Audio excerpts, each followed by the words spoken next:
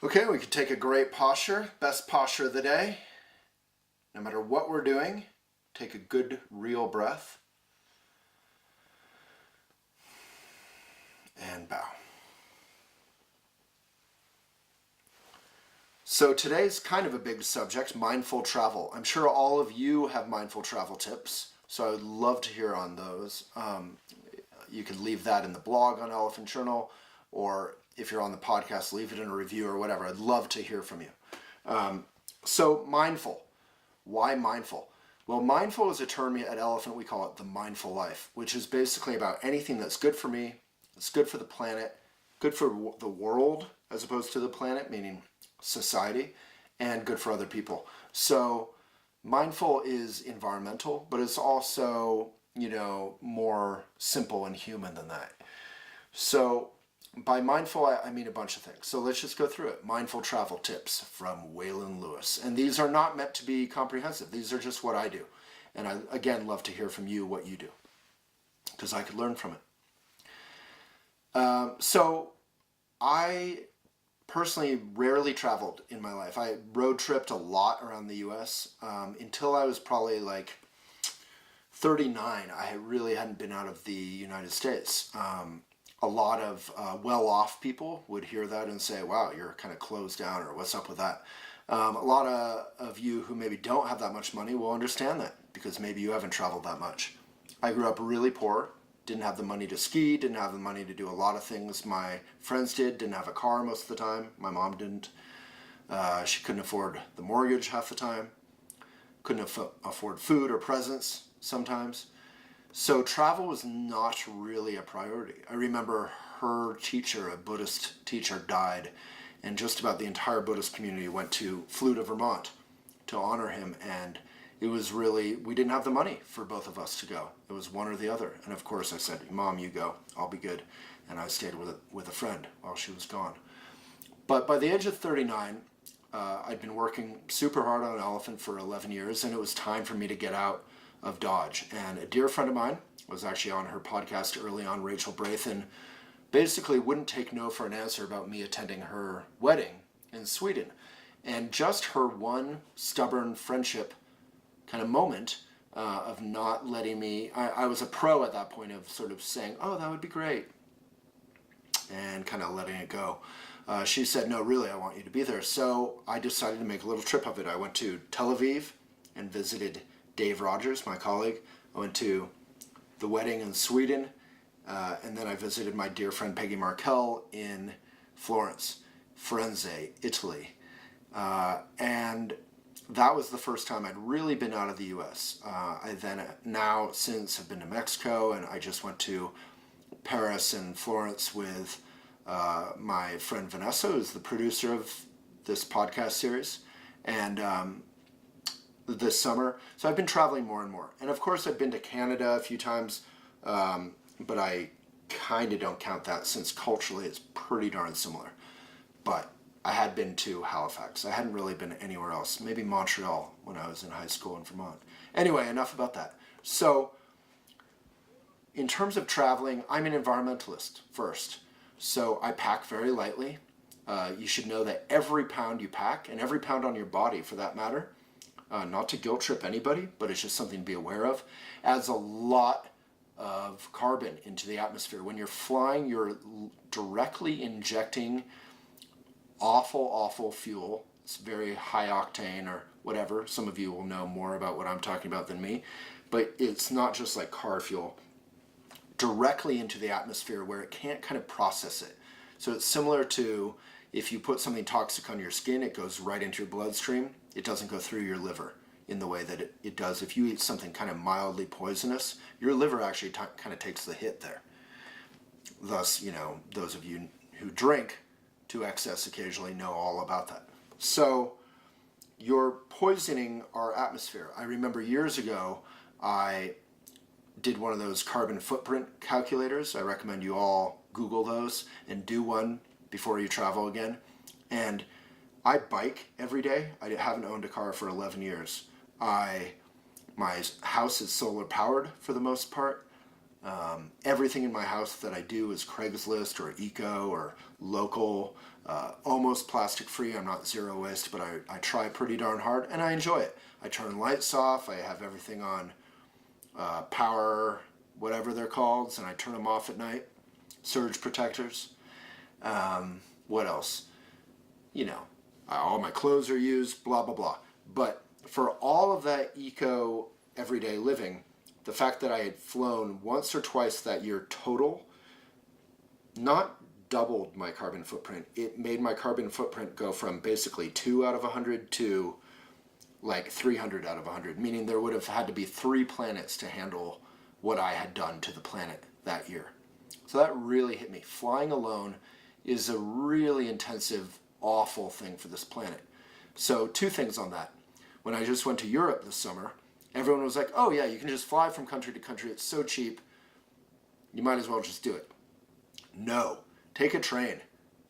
You know, there's some car service where you can borrow, get a ride.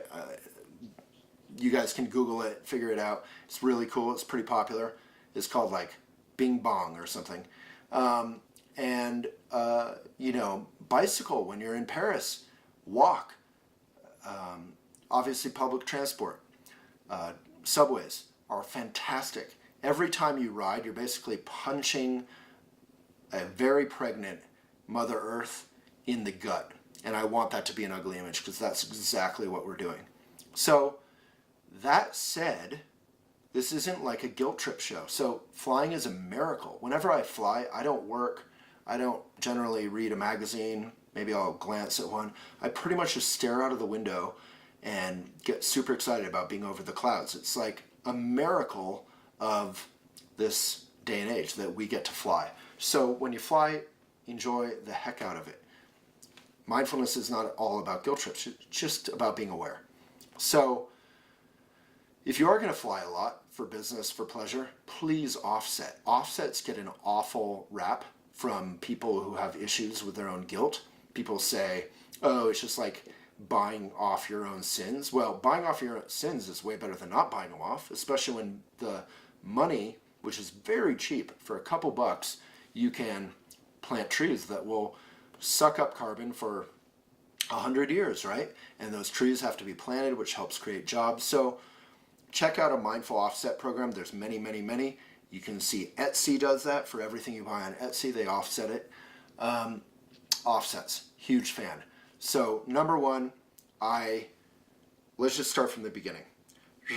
We'll rewind a little bit. So I try to pack as little as possible. I always do carry-on, and I usually only fill 1 bag.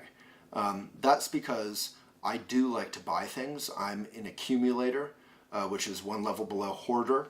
And it just means that when I'm in Friends Day and I see these cool curtains, or I see this handmade pottery thing, or I bought some gorgeous combs some local dude had made, and I talked with him about it. I bought some like little fish pottery. Like most of what I buy is useless. Some of it's useful, but it's all super personal. I never would go buy some made in China, what do you call it, a Tour Eiffel Tower thing magnet, right? Who cares? Some guy in Paris, when we were there, Vanessa's here, and we're looking at each other, he was saying, I remember us talking about it, he was saying to his family, like, you could buy any of these tourist things on Amazon. And someone, not us, was sort of offended by that. Like, he was somehow being condescending about traveling. I didn't actually overhear him say it. So the way I took it was actually buy local, buy special stuff. Because yeah, you can sit at home in Boulder, Colorado, or the middle of Iowa, or the middle of Arizona, and you could go onto Amazon, you could buy the Eiffel Tower, you could buy the Taj Mahal, you could buy, you know, that amazing castle in Japan. You could buy souvenirs from all over the whole world. The 8 wonders of the world, the pyramids. You could buy magnets from all those places, put them on your fridge, and you'd look like a world traveler, but there's no experience there. Someone once described like fair trade or meaningful purchases as it's all about the story. So the more you talk with the person, the more you find out about how they made it, the more you feel like you're contributing to a way of life that needs nurturing and needs protecting and needs fuel. Because when you travel, a lot of traditional ways of life are dying fast, partially because of tourism. Tourists have the ability to very quickly water all the craft plants of the whole world. So all the traditions that are worth continuing could be watered by the wealth that tourists spend. So please, from that point of view, avoid familiar things. Why bother to travel if you're going to go into a Starbucks? I went into Starbucks, I went into McDonald's in Paris just to check them out, and they were 99% the same as the ones here. They're a little bit different, some different language, blah, blah, blah. But why would you travel? Why bother traveling? Literally, the only purpose of travel is to see different things. So I guess some people could argue that they're familiar, that it's comforting. But what's powerful about traveling is getting outside of your comfort zone and discovering new things that kind of water or nurture your soul that you can relax in. So you can sit by a river, sit by the Seine in Paris. You can go for a hike. Vanessa was saying how important it is when you travel to take care of your body. So go to a yoga class. I went to a yoga class in Paris. I didn't speak any, I speak a little French, un petit peu, mais not nearly enough. And I just did my best. You can kind of watch people's posture and it works pretty well. So, don't overeat, do exercise, do take care of yourself, but do try to avoid things that aren't going to be a little bit different. On the other hand, my friend Dave Rogers has a great tip. So when we were in Miami Beach, my first time there, we found the best cafe ever. It was like straight out of Paris. It was called something Folie, La Folie. Google Miami Beach La Folie if you're going.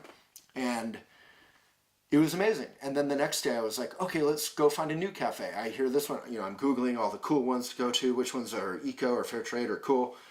And he's like, nah, once you find something amazing, go back again and again.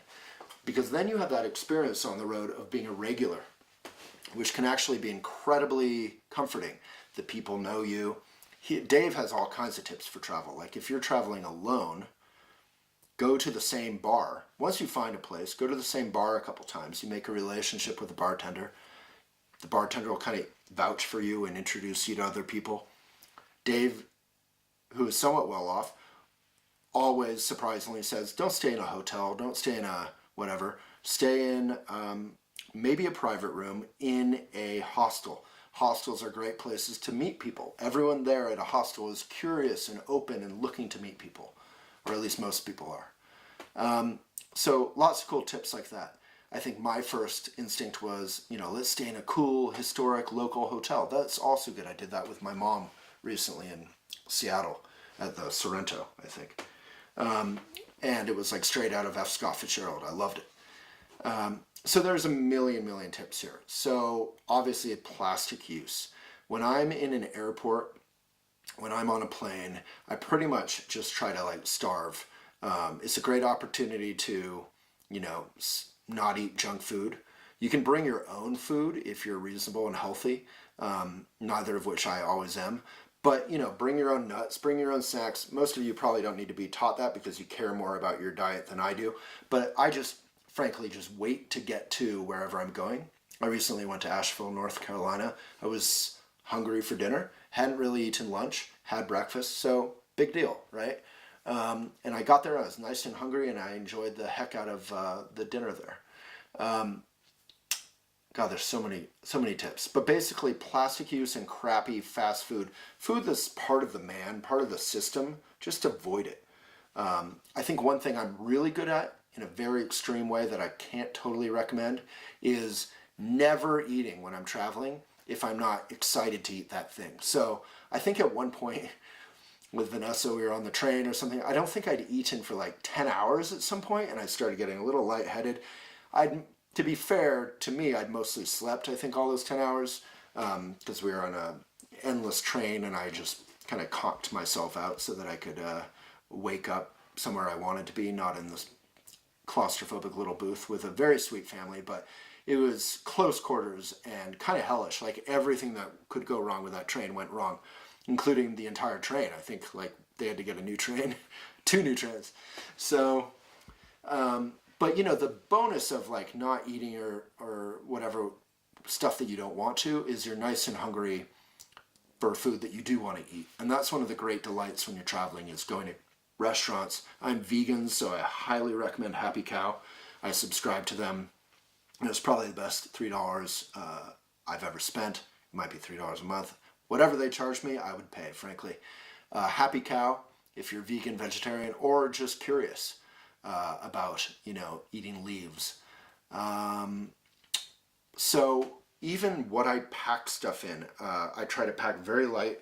I try to pack, I want the suitcases to be very light because you wind up carrying them a lot. Obviously you want wheels generally. I bring carry-on kind of, you know, my personal bag is huge. So you could fold it up into a little ball, but it's a huge like open tote. So I abuse the size of that personal bag all the time by stuffing it with a ridiculous amount of stuff. So if you're only doing carry-on, you kind of get pro at kind of stretching the boundaries a little bit. What else? I try to bring eco toiletries. I try to exercise on the road. I often fail, but what I do succeed at is walking and biking. So you can usually rent a bike, either a city bike that's sort of in a dock, or just go to a bike store and rent one if you love biking. I kind of hate renting bikes by the hour or the day because you have to return them. It becomes a big to-do. But, you know, if you can borrow a bike from friends, use Facebook, use Instagram, just ask. And almost everywhere I ever go, I succeed in getting a bike if I try. And then walking. In Paris, I'm not a big walker normally. I'm not really a fan of walking, but in Paris or in any new place, walking suddenly becomes heaven because you want to look at everything. You don't even really want to bike through it. You want to look at it while you're walking. So you can stop, you can go up a side avenue, little alley, get mugged, you know, have that real earthy experience. I think we ran up little side avenues. We did not get mugged, but we found all kinds of cool places. So you're not dealing with bike theft or locking up the bike all the time. Just walk.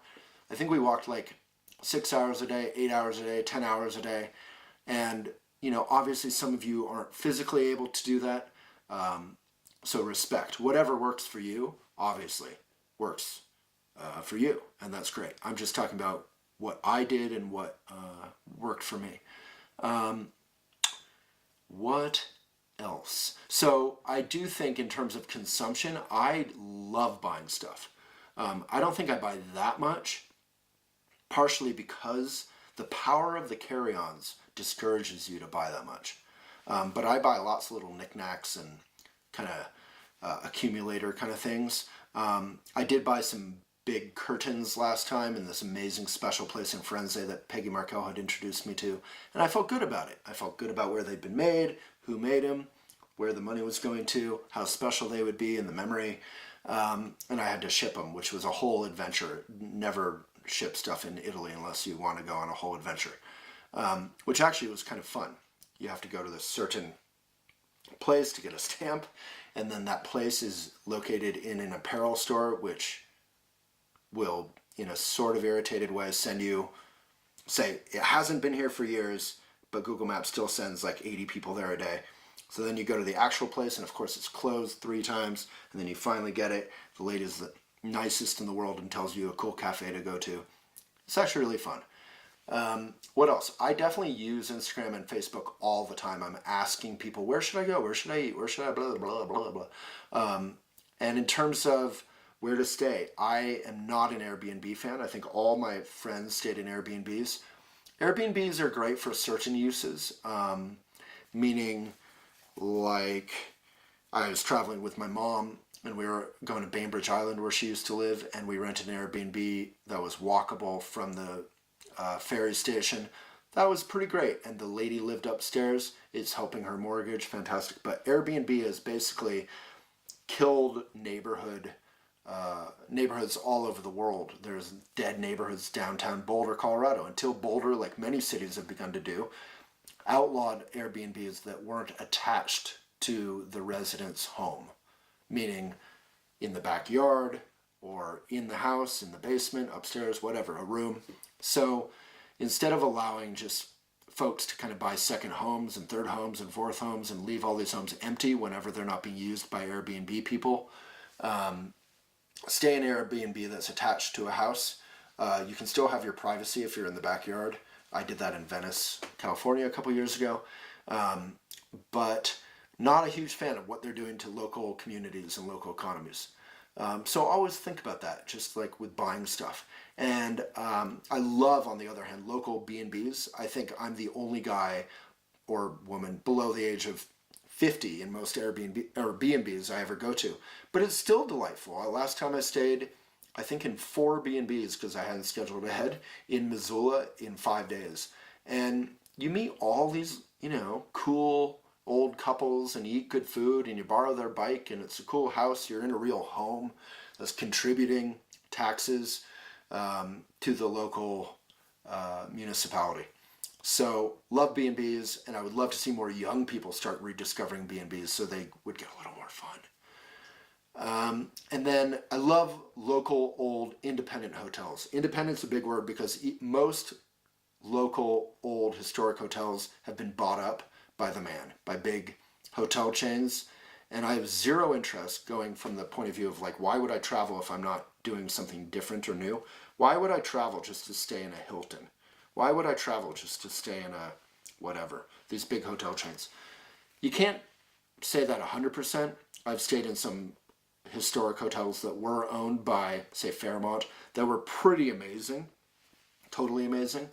But generally try to go small, just like with your food. Try to go local, just like with your gifts. Try to support craftspeople. So, yeah, B&Bs, independent hotels, staying with friends on a couch is always fantastic. I'm kind of too old to do that too much. I still do it once in a while, but I kind of enjoy, partially because I'm a workaholic, and I'm walking 8 hours a day half the time. I enjoy just being able to just hole up and turn off. Pretend to watch a Netflix movie and fall asleep 5 minutes in, just so I'm not having to kind of entertain my hosts, which can be very sweet and meaningful, but can be, I'm extroverted, but I also need my introverted downtime. So really just take your own temperature in terms of your energy levels socially. The advantages of staying with friends obviously can't be talked about too much. It's usually free, although it's obviously polite to get them a gift or help out with food or whatever. You're cooking, which often you're not doing when you're traveling. That is a virtue of Airbnbs, it must be said. B&Bs will usually let you cook, though. Okay, so that's all that. Train and all that whenever you're traveling. Trains are amazing. I feel like trains and B&Bs need to be rediscovered by people below 45. They're awesome. I took a train from Seattle to Portland to Hood River, back to Seattle, back to Portland, and I stayed in that glass car where you can just see everything. And you're not driving, you're not dealing with traffic, you're not contributing to climate change. You're just sitting there having a great old time, whether you're reading or staring out the window, and you're getting to know where you're going. In Paris, and I think this would apply to a lot of places, extend yourself to the locals. Like, don't just always expect to speak English or whatever language you prefer. Try to speak French or Spanish, whatever it is, wherever you are. And people really appreciate that. Even if you really only know a couple words, start with those few words. And yeah, be aware that in less developed countries, like I was just in Costa Rica, they really have no way to handle plastic or styrofoam or all this. So be extra conscious that recycling basically doesn't work anywhere in the world, but it really doesn't work often in developing countries. I personally, this is a kind of heavy attitude I have, but I think it's correct. I think if you're a feminist, I think if you're a, fan of democracy and freedom, I don't feel like it's moral to go to China, to go to Turkey, to go to the Philippines, China would include Tibet for all my Buddhist friends. Go to countries where the locals have a right to express themselves freely. I think New York Times just did an article about, where was it? Some country they weren't even allowed to, it was the Philippines. This guy was making fun of, I don't know what, the government or something in his songs, and he got arrested. In Tibet, they're not allowed to, like if you search, I think the word freedom, nothing really comes up, or the search results are messed with. You know things are not good if the word freedom is not safe. They're not allowed to have a photo of the Dalai Lama. They'll get arrested. They're not allowed to gather in large gatherings. They'll get disbanded. Tibet, remember, from China, went through mass genocide, looting, forced sterilizations, mass raping. You could say any country, including the United States, has purported huge crimes upon a part of its populations. The African American community, the Native Americans, for sure. But at least in the US, you have the right to talk about that, to yell about that, to share about that, to protest about that. So I'm not saying look for a perfect country. I'm not clear if one exists. But definitely go to a country where the locals have basic rights and where you can support those locals. I do think there are exceptions to that, like Tibet Village Project, run by Tibetans, goes to Tibet and helps Tibetans create Tibetan jobs. But exceptions are relatively rare. Anything else I'm leaving out? Traveling with utensils. Oh, right. So for those of you who are civilized, bring in your own bamboo or wood or whatever, your metal straw, utensils, to go where, stuff to put your leftovers in, bringing a bag with you to the grocery store. I mean, just generally, like, do you want your legacy to be like everything behind you, behind your footprints, was made worse or made a little bit kinder and stronger? I think that's the bottom line. There's probably so many more tips. Yeah, just being very mindful of the locals and connecting with them and their traditions. Yeah, support local traditions unless they're obviously harmful traditions. But yeah, tourism can be a force of sort of homogenizing the whole world very quickly, or it can be the opposite. It can really be the way to fund environmental protections, protect the butterfly, protect local traditions, protect local craftspeople. Maybe I'll just conclude by going over like what I bought on my last couple trips, since that's kind of a way to demonstrate that. So I bought these expensive curtains. I probably would never buy expensive curtains even at home, but because I was in Firenze, Florence, and I knew the place and I knew who made it, it felt more meaningful. I bought, as I already said, like a comb, a wooden comb, all out of one piece, and I talked to the old gentleman who made it for a long time. I usually buy pottery, art, crafts, like go to local farmers markets and craft events. Those are super fun. That's probably about it. Maybe there was some other stuff I don't remember. Yeah, books. Maybe once in a while clothes or books. Yeah. Oh yeah, books at the Shakespeare and Company in Paris. Yeah, do less and be willing to spend a little bit more, depending on your budget, on fewer things. So they're super special. I think that's the main advice. All right, that's probably good. So thank you so much. I hope something there was helpful. I know it was a little bit disorganized, but so is travel. Enjoy. Bowing to you.